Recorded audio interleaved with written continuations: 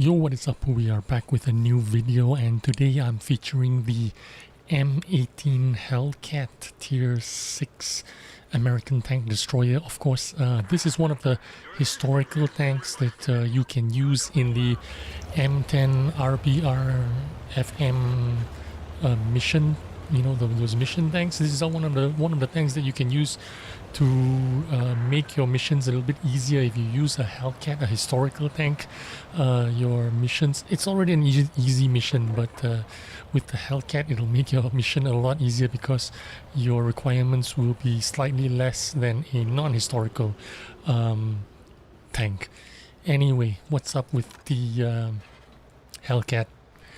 Well, it's a tank destroyer, 160 penetration, and if you're gonna use APCR, 243 penetration, you penetrate anything, even in tier 8s, no problem at all, most of the time anyway.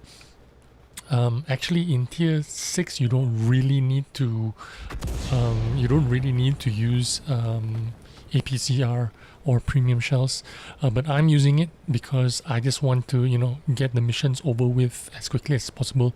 If I need to damage 7 guys, I'm almost 100% sure I will damage 7 guys with premium shells. But anyway, I digress. 240 damage per shot. In the current configuration that I have, it has 7.02 seconds reload time. I am running the binocular telescope, the gun rammer, and a gun laying drive, and I run Coca-Cola as well.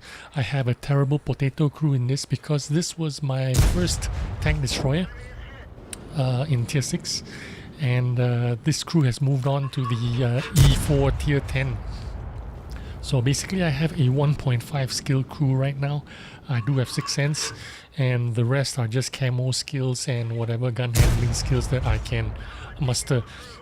But the good news is, in 1.51 update coming soon in less than a week's time, 1.51 will drop, and you can increase your crew skills by paying 2 million gold, and you can buy a level 3 crew book which will give you 250,000 crew XP divided into whatever, how many crew you have. 5, if you have 5 crew, it's 50,000 crew XP for each crew if you have 5 crew in the tank.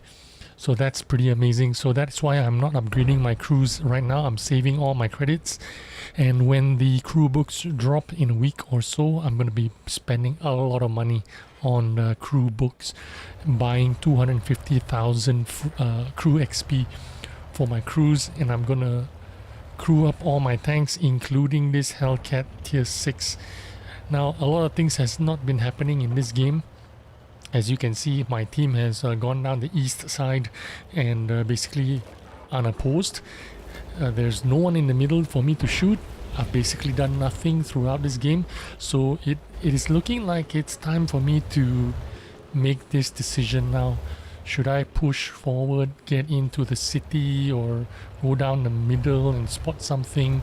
I don't have much choices because down east and south my team is already there. By the time I get there, I'm going to be late to the party. It looks like all the action is around here where all the heavy tanks are, but I'm a tank destroyer, not really a heavy tank kind of guy. I can't compete with armor. I don't have any armor, so I'm going to take a bit of damage if I go in. So I'm contemplating now, should I go in or not? The score is 5-3. I've done absolutely nothing, 200 damage. So if I'm going to squeeze out a good game out of this game, I need to be starting to make some life choices right now. And I decide to go in, and you're going to see me do that fairly shortly.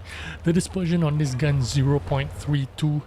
0.33 when it's moving, when it's traversing, also 0.33, 33 turret traverse 0.18. so you don't get very good dispersions when you're on the move. So when you're approaching your targets like I am right now, I'm sneaking up to them, I need to make sure I'm completely slowed down so that my reticle is like fairly small as I am approaching and ready to shoot. Make sure I'm not, you know, turning my tank and my hull too much to the left or to the right. making big turns before I shoot. I want to be kind of fairly stationary or moving very slowly before I pull the trigger, so that I have the maximum dispersion, you know, small dispersion. That's what I'm trying to say. Not maximum big dispersion, maximum small dispersion, so that I can get the accurate shots. And my first customer is here, the A43. He's right in front of me, so I make no mistake there. Easy to shoot him. Now the mobility on this tank, 72 kilometers an hour forward. It is pretty good going forwards. It's very bad going backwards. It's 12 kilometers an hour reverse, which means it is absolutely crap at reversing or running away, which is why if you need to reverse, you need to do it fairly early and do it soon. I managed to track him there, keep his gun behind the wall so he can't hurt me. I'm going to retrack him by shooting the inside of the outside wheel. You know what I mean? I'm shooting that spot there just to keep him, if it's possible, to keep him tracked.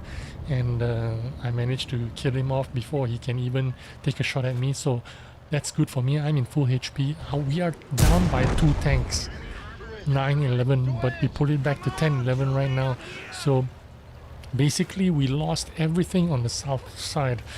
Almost the entire team went south, but somehow they managed to die. So that's not good news for us. Looks like I need to carry this if we want to win. I managed to land some important shots, so that's really good. And a good job also that I am on the full APCR, because I really needed every shot to land. I needed every shot to count. Also, when you're on full APCR, of course you're going to have the better shell velocity. In the standard AP shells, you have 853 feet per second or meters per second shell velocity, so it's like a fairly slow shell velocity for sniping in long distances, although you still have really good penetration, but shell velocity is slow. If you are in APCR premium shells, 1066 shell velocity, really good for sniping and hitting your shots, which is one of the advantages of shooting APCR. That is why a lot of players shoot APCR.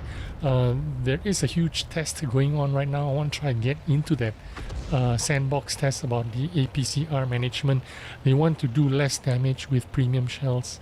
You get higher velocity on APCR shells, so the idea is you shouldn't do as much damage.